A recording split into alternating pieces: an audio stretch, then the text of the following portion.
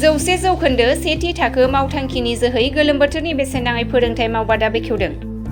चिरां जिल्ला खुंग्रिं बड'लेण्ड एकाडेमि फरायसालि सामलाय जौगाखां आफादनि बानजायनायाव 100 जौखोन्दो सेथि थाखो मावथांखि जोहै बड'लेण्ड एकाडेमि फरायसालियाव फरायनाय थाखो 8 निफ्राय 10 थाखोनि फरायसाफोरखौ लानानै गोलोम बोथोरनि बेसेन नाङै फोरोंथाय मावबादा प्रि सामार कचिं केम्पखौ बेखेवो। बे हाबाफारियाव खुंग्रिं बड'लेण्ड एकाडेमि फरायसालिनि सामलाय जौगाखां आफादनि आफादगिरि बिरदाव मुसाहारिया मा फोरमायखो मिथिना लानि। फुंबिलिनि बयनिसिम खुलुमनाय जासिबाय। देग्लाय 2026 आरो 27 मायथाइनि थाखाय बड'लेण्ड एकाडेमि फरायसालि सामलाय जौगाखां आफादनि बानजायनायाव जे जुलाइ दाननि जे 1 दान जोंहा बे गरम बन्द'आव जोङो बड'लेण्ड एकाडेमियाव फरायनाय फरायसाफोरखौ लानानै जोङो बेसेन नाङै फोरोंथाय जोंहा मावबादा बे मावबादाखौ जोङो दिनैहाय बेखेवबाय आरो बे बेखेवनायनि गेजेरजों जोङो बेखौनो आसा आरो मिजिं खालामदों जोंनि साफ्रोमबो फरायसाफ्रा जाहाथे नैबे गरम बन्द'आव ओरैनो थायालाबानो जोंनि नैबे गोलोम बोथोरनि बेसेन नाङै फोरोंथाय बादा बे बादायाव जाहाथे बयबो बाहागो लाफैगोन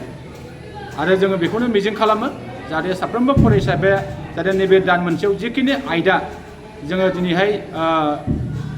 गोरलै सानखान्थि गोरलै बिगियान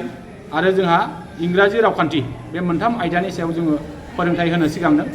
थाखो 8, 9 आरो 10 बे गासै फरायसाफोरखौ लानानै जों बे हाबाफारिखौ जोङो लानो सिगांदों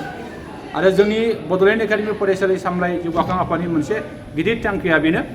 जे 100 जौखोन्दो सेथि थाखो माव बिथांखि। दा बेनि गेजेरजों जोङो साफ्रोमबो फरायसाखौ जाहाथे फैबाय थानाय समाव जिखि आनजादानो जायाथों मानो जाहाथे बिथांमोना गाव गावनि गोख्रों नाजानाय बावसोमनायनि गेजेरजों जाहाथे बिथांमोना सेथि थाखोआव जाहाथे उथ्रिसार जानो हायो बेखिनिखौ जों मिजिं खालामदों आरो जोंनि थांखिया जोंनि लुबैनाया बे जाहाथे जोंनि साफ्रोमबो फरायसाफ्रा जाहाथे अखाफोराव थांनो सिमां नुयो अखाफोराव थांनो हायाब्लाबो जाहाथे बिथांमोना जोमैसिम थांनो हायो आरो जोङो बेखौनो खावलायगोन जे जोङो जोंनि थांखिया जागोन प्रेसिडेन्ट जानाय भारतनि हादरगिरि जानाय जोङो भारतनि हादरगिरि जानो हायाबाबो भारतनि गाहाय मन्थ्रि जों जानो हायो भारतनि गाहाय मन्थ्रि जानो हायाब्लाबो जोङो रायजोनि गिबि मन्थ्रि जानो हायो आरो बेबायदि थांखिखौ लानानै जाहाथे जोंनि फरायसाफ्रा आवगायगोन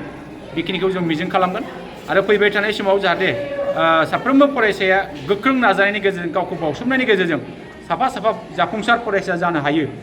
बे थांखिखौ लानानै जोङो जेब्लाबो बिथांमोनखौ जोङो खावलायबोबाय थादों आरो आसा मिजिं खालामो जाहाथे नैबे दानसेनि गेजेराव जिखिनि आयदाखौ जोङो फोरोंथाय होनो नाजादों बे फोरोंथाय होनो नाजानायाव साफ्रोमबो फरायसाफ्रा जाहाथे रेगुलार जायो आरो जिखिनि आयदा फोरोंगोन बे आयदाखौ जाहाथे मोजाङै सोलोंनानै फैगौ आनजादाव जाहाथे मोजाङैनो लिरनो हायो बेखिनि बाथ्राफोरखौ जोङो बिथांमोनखौ खावलायदों आरो आसा मिजिं खालामो नैबे बड'लेण्ड एकाडेमियाव फरायनाय साफ्रोमबो फरायसाफ्रा जाहाथे नैबे दान मोनसेयाव जाहाथे मोजां गोसो मोजां देहा लानानै जाहाथे बे दान मोनसेखौ नैबे गोलोम बोथोरनि फोरोंथाय जे मावबादा बे मावबादायाव जाहाथे बाहागो लानानै जाफुंसार खालामनो हागोन आं बेखौ मिजिं खालामो। गोजोन्थों।